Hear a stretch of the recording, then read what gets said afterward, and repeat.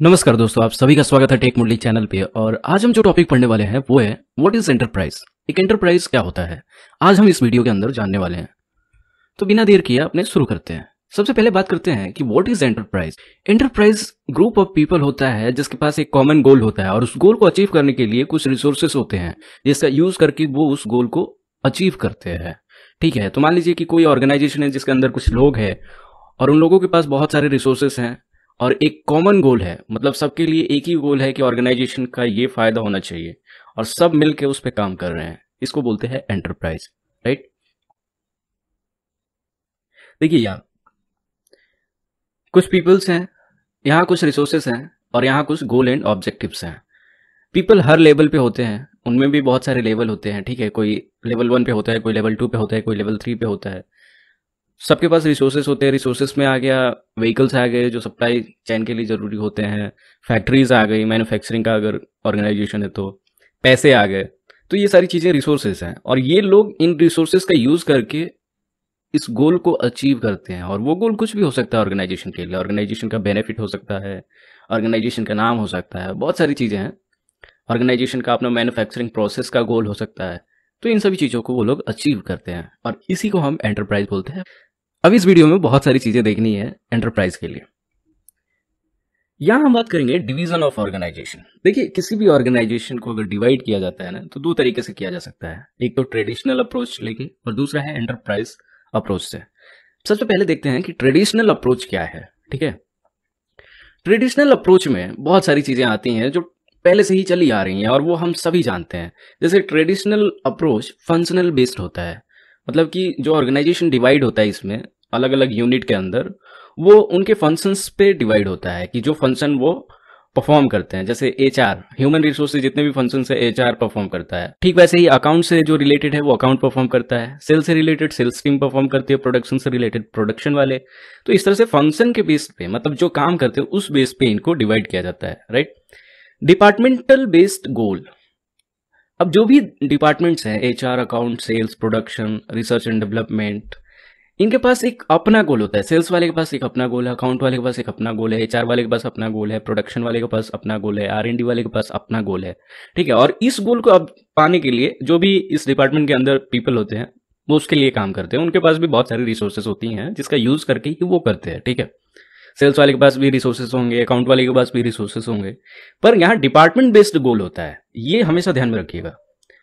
Traditional way में एक तो फंक्शंस पे डिफाइन होता है, दूसरा कि डिपार्टमेंट के बेस पे उनका गोल होता है। जैसे सेल्स का अपना गोल है, प्रोडक्शन का अपना गोल है। ठीक है, पूरे ऑर्गेनाइजेशन का गोल नहीं है, डिपार्टमेंट बेस्ड गोल है। और इस वजह से जो भी इंफॉर्मेशन इन डिपार्टमेंट्स के अंदर जनरेट होता है, क्रिएट होता है, अधिकतर केसेस में वो सिर्फ टॉप मैनेजमेंट के लोगों तक ही पहुंच पाता है।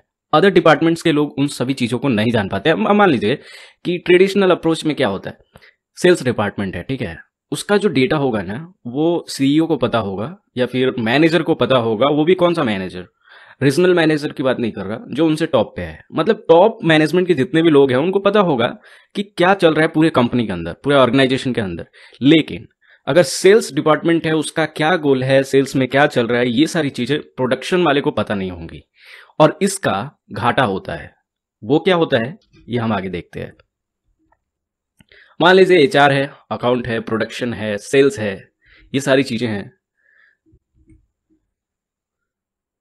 यहाँ कई बार ऐसा हो सकता है कि जो डिपार्टमेंटल ऑब्जेक्टिव्स होते हैं वो कन्फ्लिक्ट कर सकते हैं। मतलब कि एग्जाम्पल अगर हम ले तो मान लीजिए कि सेल्स एग्जीक्यूटिव जो है वो फोकस करेगा सेल्स पे, लेकिन प्रोडक्शन डिपार्टमेंट कैलकुलेट करेगा कॉस्ट को, एक प्रोडक्ट को बनाने में क्या कॉस्ट आ रहा है और वो उस तरह से सेव करने की कोशिश करेगा। तो मान लीजिए सेल्स वाले के पास कोई कस्टमर आता है और बोलता है कि ये प्रोडक्ट चाहिए, पर उस प्रोडक्ट को बनाने में पैसे ज्यादा खर्च हो रहे हैं और उसकी मांग बहुत कम है।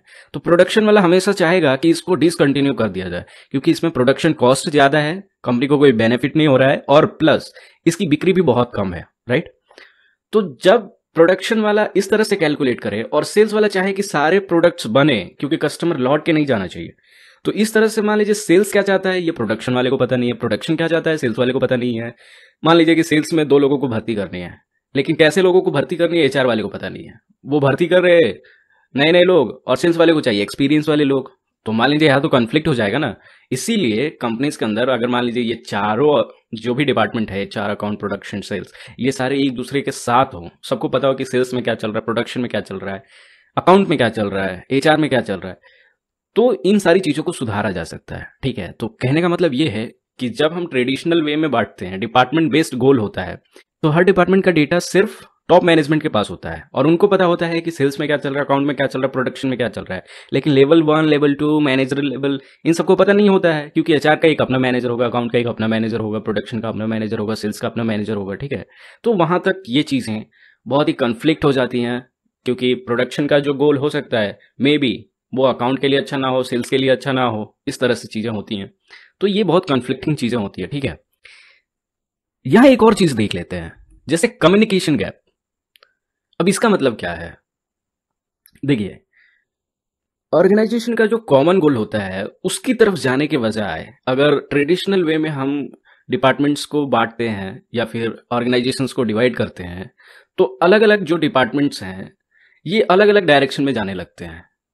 क्योंकि ऑफ कोर्स फाइनेंस अगर डिपार्टमेंट है तो उसको नहीं पता कि प्रोडक्शन का क्या गोल है, सेल्स एंड डिस्ट्रीब्यूशन का क्या गोल है, मार्केटिंग का क्या गोल है, आर एंड डी का क्या गोल है। तो फाइनेंस ने अपना गोल बना लिया, मार्केटिंग वालों का अपना गोल है, प्रोडक्शन वालों का अपना गोल है, और कौन सी दिशा में कौन जा रहा है किसी को पता ही नहीं है। एक जा रहा है उत्तर की तरफ, एक जा रहा है दक्षिण की तरफ। इसलिए कम्युनिकेशन गैप मेन डिसएडवांटेज है ट्रेडिशनल वे में अगर हम ऑर्गेनाइजेशंस को डिवाइड करते हैं तो।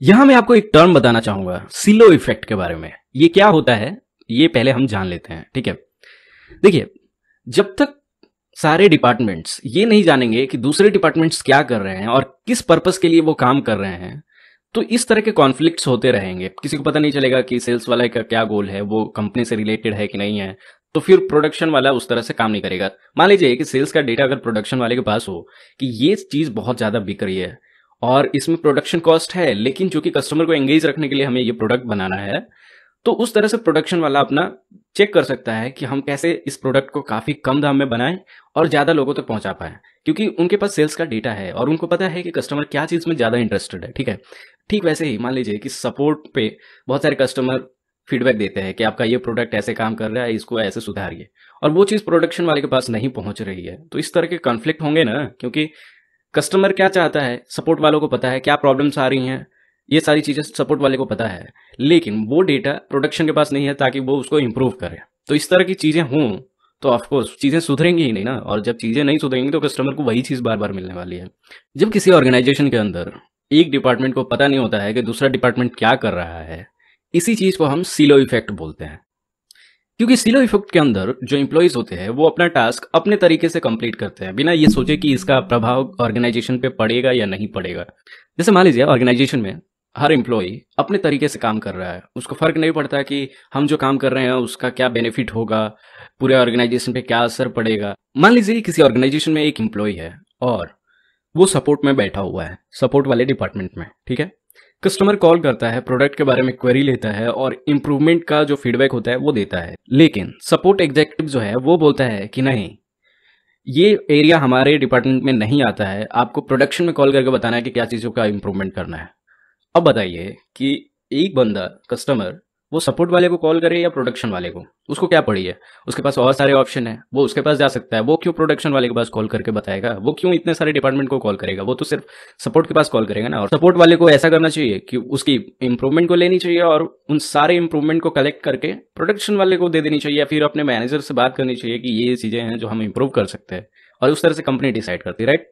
लेकिन सिलो इफेक्ट के अंदर क्या होता है कि एम्प्लॉय जो अपना टास्क कंप्लीट करता है वो अपने तरीके से करता है, अपने डिपार्टमेंट के तरीके से करता है। जो भी डिपार्टमेंट होता है वो अपने तरीके से करते हैं, वो पूरे कंपनी के गोल के बारे में नहीं सोचते, वो सिर्फ अपने गोल के बारे में सोचते हैं। और ये चीज़ें कभी कभी ऑर्गेनाइजेशन के अंदर बहुत सारी बखेड़े खड़े कर देते हैं।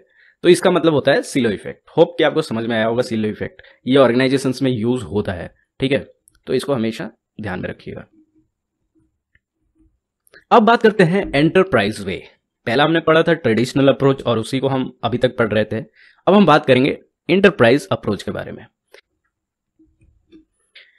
एंटरप्राइज वे में क्या होता है कि जो इंटायर ऑर्गेनाइजेशन है वो एक सिस्टम की तरह कंसीडर किया जाता है, और इस जितने भी डिपार्टमेंट्स होते हैं एक एंटरप्राइज के अंदर वो उसके सब सिस्टम के जैसे कंसीडर किया जाता है। और आपको पता होगा कि सिस्टम क्या होता है, इंटर रिलेटेड सब सिस्टम्स। जब सब सिस्टम्स या उसके पार्ट्स एक दूसरे से जुड़ जाते हैं तो वो एक सिस्टम बनाते हैं। तो अलग अलग डिपार्टमेंट्स जब एक दूसरे के साथ इंटीग्रेट हो जाते हैं तो वो बनाते हैं एंटरप्राइज। ठीक है, एंटरप्राइज वे में ऑर्गेनाइजेशन का जो इंफॉर्मेशन होता है अलग अलग एस्पेक्ट्स के, जितने भी एस्पेक्ट्स हैं, जितने भी डिपार्टमेंट्स हैं, वो सारे इंफॉर्मेशन सेंट्रली स्टोर किए जाते हैं और सारे डिपार्टमेंट्स के लिए अवेलेबल होते हैं।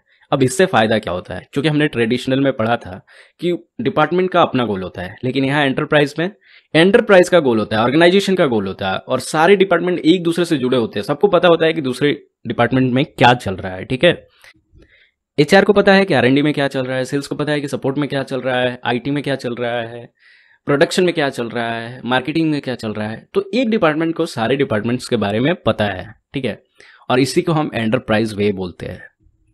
और इससे फायदा क्या होता है वो हम समझेंगे। इससे फायदा यही होता है कि जब एक डिपार्टमेंट को दूसरे डिपार्टमेंट के बारे में पता होता है, ऑर्गेनाइजेशन के एक कॉमन गोल के बारे में पता होता है, तो सारे डिपार्टमेंट मिलके उस कॉमन गोल को अचीव करने के लिए काम करते हैं। ऐसा नहीं है कि सेल्स सिर्फ अपना देखेगा, बाकी डिपार्टमेंट्स को छोड़ देगा। सेल्स को यहाँ पूरे ऑर्गेनाइजेशन को देख के चलना पड़ेगा। ठीक वैसे ही प्रोडक्शन वाले को पूरे ऑर्गेनाइजेशन को देख के चलना होगा। ठीक वैसे ही मार्केटिंग वालों को सारे ऑर्गेनाइजेशन को देख के चलना होगा। रिसर्च एंड डेवलपमेंट को भी सारे ऑर्गेनाइजेशन को देख के चलना होगा। अलग अलग जगहों से अलग अलग इन्फॉर्मेशन लेना होगा, उस पर कैलकुलेशन करना होगा, उस पर रिसर्च करना होगा। और इस तरह से एंटरप्राइज का जो कॉमन गोल है किसी ऑर्गेनाइजेशन का, वो अचीव होता है। ठीक है, तो एंटरप्राइज वे मतलब जब सारी चीजें इंटीग्रेट हो जाए, हर डिपार्टमेंट को दूसरे डिपार्टमेंट के बारे में पता हो और एक कॉमन गोल के लिए सारे डिपार्टमेंट मिल के काम करें, तो वो एंटरप्राइज हो जाता है। और अगर वो सारे डिपार्टमेंट अलग अलग हैं, अपने तरीके से अपना काम कर रहे हैं, डिपार्टमेंट के बेस पे गोल है उनका, सेल्स का अपना है, सपोर्ट का अपना है, आरएनडी का अपना है, तो वो ट्रेडिशनल अप्रोच माना जाता है। ठीक है, तो ट्रेडिशनल अप्रोच में नुकसान है, एंटरप्राइज वे में नुकसान नहीं है, क्योंकि ऑफकोर्स सारे डिपार्टमेंट एक दूसरे से जुड़े हुए हैं। ठीक है, तो यहाँ क्या है कि हर डिपार्टमेंट दूसरे डिपार्टमेंट के बारे में जानता है और इससे जो कॉमन गोल है वो अचीव करने में काफ़ी मदद मिलती है। तो होप कि आपको समझ आया होगा कि एंटरप्राइज क्या होता है। हमारे चैनल पे ऐसी वीडियोस हमेशा आती रहती हैं। अगर आप चाहें तो बिल्कुल सब्सक्राइब कर सकते हैं। Thank you so much for watching this video.